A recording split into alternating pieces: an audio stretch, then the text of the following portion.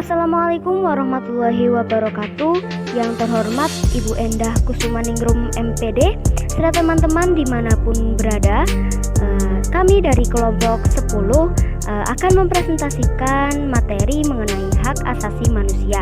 Namun sebelumnya perkenankanlah saya untuk membacakan anggota dari kelompok 10. Yang pertama Syifa Nurrohmah dari NIM 20174010009. Yang kedua Sulamiah dari NIM 20174011011. Dina Asfia Ulutfiah dari NIM 20174011013. Dia Miftahul Jannah dari NIM 20174011014.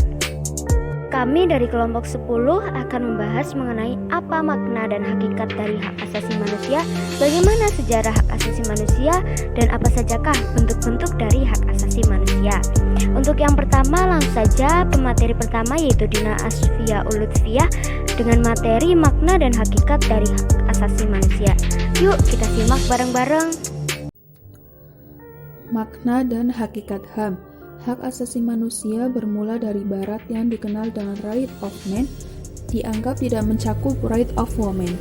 Maka Eleanor Roosevelt menggantinya dengan istilah human right, lebih dipandang netral dan universal. Dalam Islam dikenal dengan hukuk al-insan al-daruriyah dan hukuk Allah. Tidak dapat dipisahkan dan tidak bisa berjalan tanpa adanya keterkaitan antara keduanya. Inilah yang membedakan konsep barat dan konsep Islam. Dalam pasal 1 Undang-Undang Nomor 39 Tahun 1999, hak asasi manusia atau HAM adalah seperangkat hak yang melekat pada hakikat dan keberadaan manusia sebagai makhluk Tuhan Yang Maha Esa dan merupakan anugerahnya yang wajib dihormati, dijunjung tinggi dan dilindungi oleh negara, hukum, pemerintah, dan setiap orang demi kehormatan serta perlindungan harkat dan martabat manusia. Dalam ketetapan MPR RI nomor 17 MPR tahun 1998, hak asasi adalah hak dasar yang melekat pada diri manusia yang sifatnya kodrati, universal dan abadi sebagai karunia Tuhan Yang Maha Esa yang berfungsi untuk menjamin kelangsungan hidup, kemerdekaan, perkembangan manusia dan masyarakat yang tidak boleh diganggu-gugat dan diabaikan oleh siapapun. Beberapa ciri pokok HAM yakni HAM tidak perlu diberikan, dibeli atau diwarisi. HAM berlaku untuk semua orang tanpa memandang kelamin, ras, agama, etnis, pandangan politik, atau asal-usul sosial dan massa. Dan HAM tidak bisa dilanggar. Menurut Mahfud MD, HAM merupakan hak yang melekat pada martabat setiap manusia, yang mana hak tersebut dibawa sejak lahir ke dunia sehingga pada hakikatnya hal tersebut bersifat kodrati.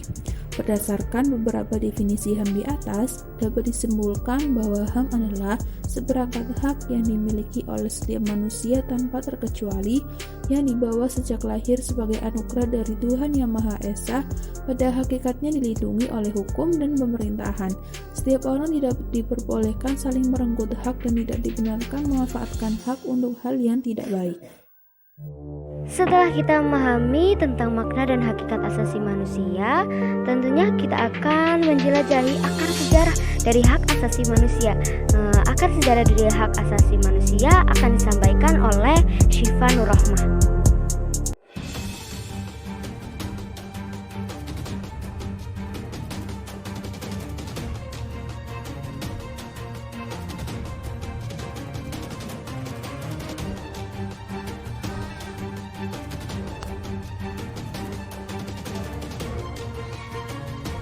Asal mula peringatan Hari Hak Asasi Manusia.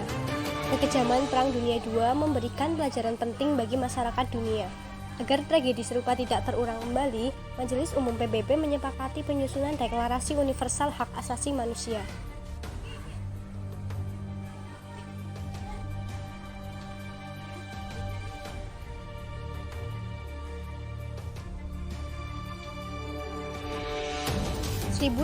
pada 1947, anggota Komisi Umum PBB merumuskan draft awal Deklarasi Universal Hak Asasi Manusia.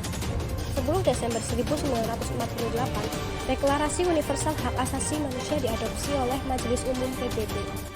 Still, it is the first step in a great evolutionary process.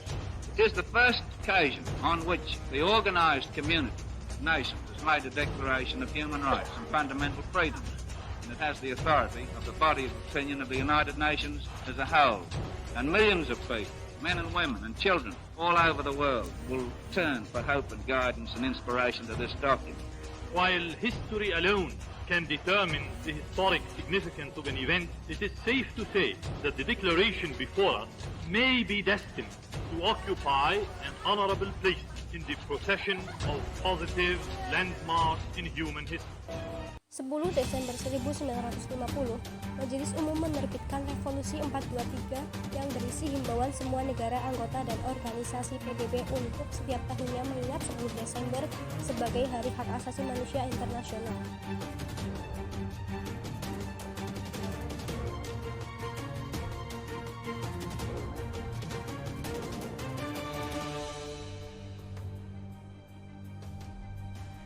Momentum ini menjadi pertama kalinya diperingati Hari HAM sedunia.